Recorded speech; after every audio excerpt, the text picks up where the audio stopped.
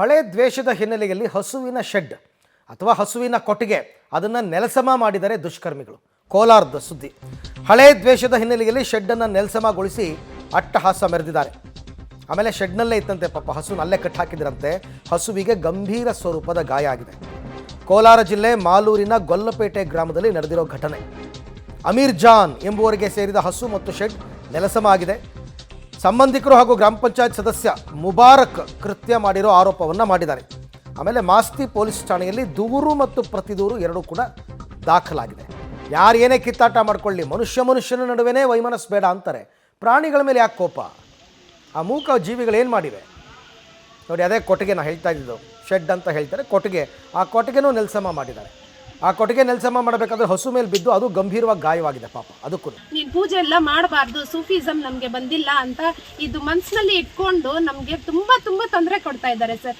Panchayat member ನಾನೇ, ನಂದೇ ಪಂಚಾಯತ್, ನಾನೇ ಎಲ್ಲ ಮಾಡ್ತೀನಿ, ನನ್ನ ಕೈನಲ್ಲಿ ಎಲ್ಲ ಇದೆ, ಪವರ್ ಇದೆ, ನಿಮ್ಗೆ ಏನ್ ಕೈನಲ್ಲಿನೂ ಆಗಲ್ಲ, ಖಾತೆ ಮಾಡ್ಕೊಡಿ ಅಂದ್ರೇನು ಆಗಲ್ಲ, ಏನಿದೆ ನಿಮ್ದು ಅಧಿಕಾರ ಅಂತ ಹೇಳ್ತಾ ಇದ್ದಾರೆ. ಇವ್ರ ಅಪ್ಪ ಜಮೀನ್ ತಗೊಂಡಿರೋದು ಇದು ಗ್ರಾಮ ತಂದು ಇವ್ರು ಪೇಪರ್ ಮಾಡ್ಕೊಡಿ ಅಂತ ಹೇಳಿದ್ರೆ ಮಾಡ್ಕೊಡ್ತಾರೆ. PDO ಸರ್ಗೆ ಹೇಳಿದ್ರೆ ಏನ್ ಹೇಳ್ತಾರೆ? PDO ಸರ್ ನಮ್ಗೆ ಪಂಚಾಯತ್ ಮೆಂಬರ್ ಎಲ್ಲ ನಮ್ಗೆ ಪ್ರೆಷರ್ ಹಾಕ್ತಾ ಇದ್ದಾರೆ, ಮಾಡ್ಕೊಳ್ಳೇಬಾರ್ದು ಅಂತ ಹೇಳ್ತಾ ಇದ್ದಾರೆ. ಇವತ್ತು ನೋಡಿ 5 ಗಂಟೆಗೆ ಈ ಬಗ್ಗೆ ಮತ್ತಷ್ಟು ಮಾಹಿತಿ ನನ್ನ ಕೊಲೀಗ್ ರವಿ ಅವರಿಂದ ಪಡ್ಕೊಳ್ಳೋಣ. ರವಿ, ಈಗ ಏನೋ ವೈಯಕ್ತಿಕ ದ್ವೇಷ, ಮೂಕ ಪ್ರಾಣಿಗಳು ಏನು ಮಾಡಿವೆ?